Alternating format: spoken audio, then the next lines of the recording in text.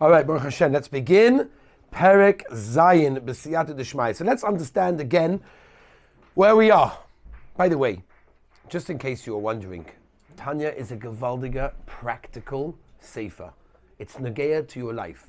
If anybody is learning this or listening to these, and is like, it's not nageya to me. Like, I can't chap how this is nageya to my life. It's the wrong sefer. Close it and start again, because you're learning it. Like, it's very practical. It's every word that the Baal Tanya said is practical to our lives. Sometimes it goes on to things that we don't know exactly how we can make this practical, but it flows and you have to learn a bit more and then you have to connect it and whatever. But it's all practical. Don't think this is a book of stum theories. This is a book of how to Yiddishkeit. Ki korv elecha adova ma'oid. He said that in the beginning. The whole purpose, I just want to remind the Olam. He said that his entire purpose is to how to get close relationship to the Rabbeinu Shalom. That's the whole purpose of the Sefer. So if you didn't chap something, like he writes in the beginning, right? He's talking to the people that he knows every answer to every kasha that anyone ever asked him, and everyone will ever ask or will ever think about. So everything's included in the Sefer. If you didn't chap it or you didn't understand it, like he says in Akdama, go ask someone. Go, require. I've got emails from people who said like, oh, I didn't understand that prat, can you explain it? Beautiful.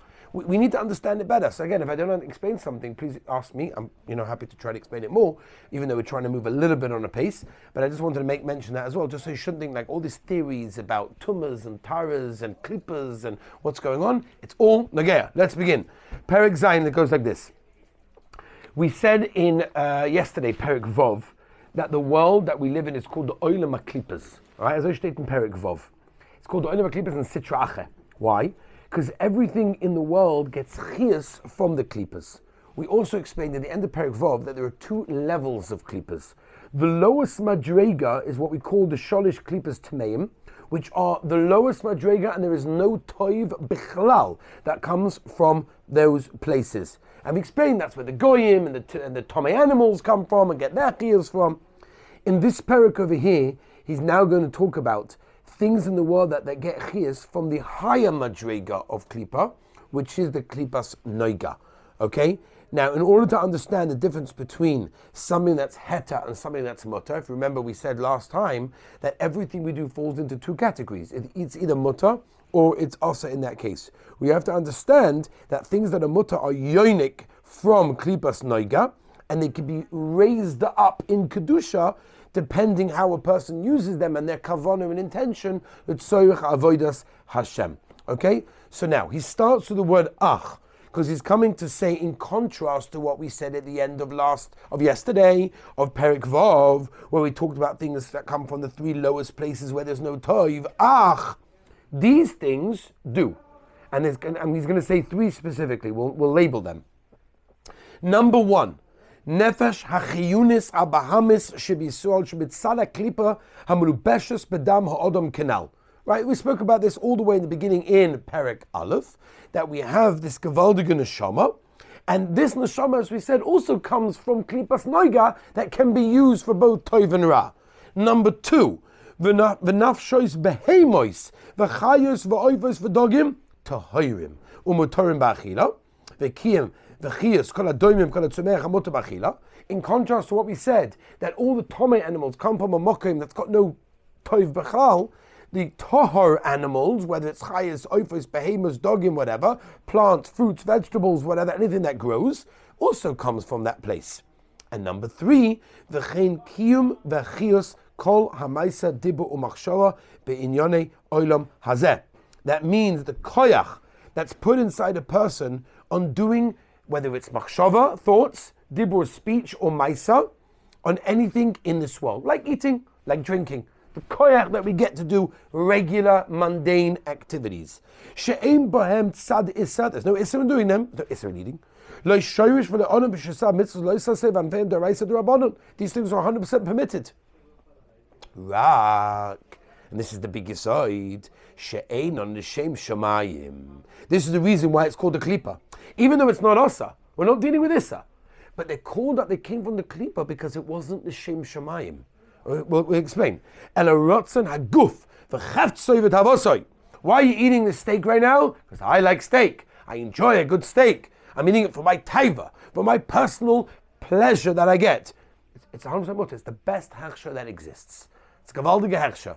But the Maisa, I'm doing it for my benefit. I'm not doing it with a Shem Shemayim. And that's why it comes from the Klipa. I'm doing it to eat. Without eating, I'm not going to live. I need to eat in order to continue my life. So isn't that good enough? No. The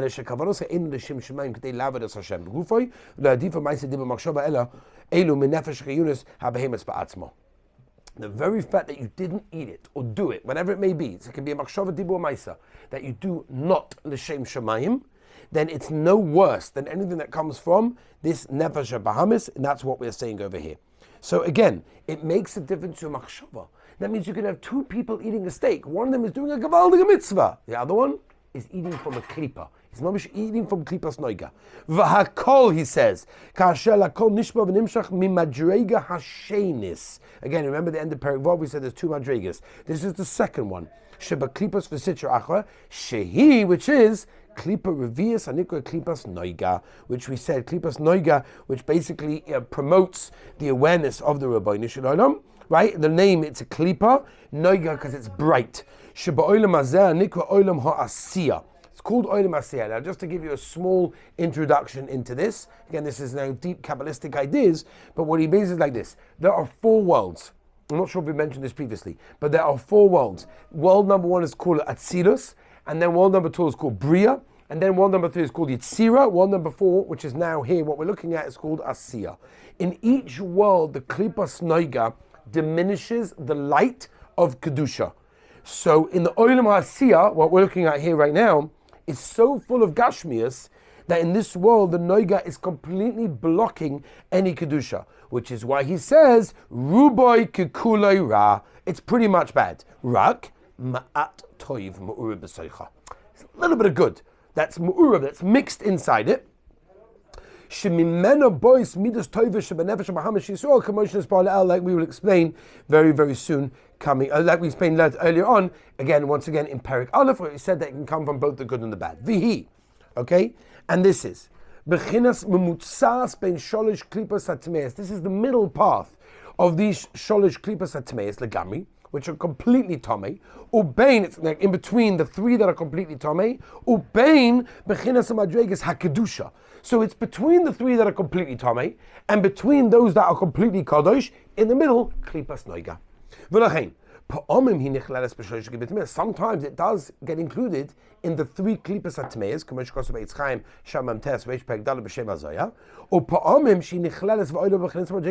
and sometimes it goes all the way up to the good side, to the kodesh side.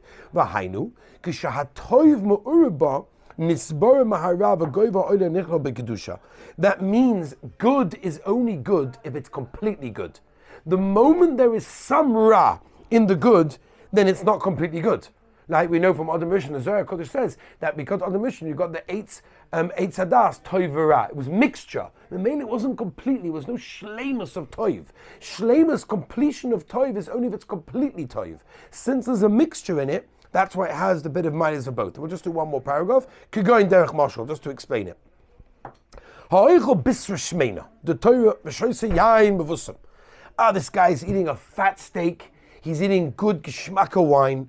La harchev daitoi, la Hashem lo toirosoi. Could the Omar Rava, like the Gemara says in Yuma, Chamma v'reicha v'chola oi bishra gedei lekayim. This is Oinik Shabbos for Yontav. He's doing it because he wants to serve the Rabbeinu Shalom better. He wants to have more koyach, more energy. Or he's doing it because it's Oinik Shabbos. Right? The Rambam says in Hilchos Shabbos, Perek Lamed, the best madrega is by eating fat meat and old wine. That's a real Oinik Shabbos, and that's the real kavanah why he's having this steak and this wine. Oz, then, if that's really his kavanah. So now what happens is that he takes this klipas noiga and he's, so to speak, taken it to a much higher level, and he's taken out all the bad from it, and now it's mamish a korban.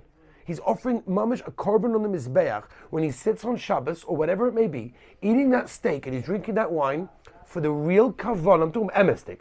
Emestik kavanah of the Rabbeinu Shalom, of real l'shem shemayim, oinik Shabbos, koved Shabbos. He's doing it to serve the Rabbeinu Shalom better. Be'emes, he may enjoy the steak. That's okay. He's allowed to enjoy the steak.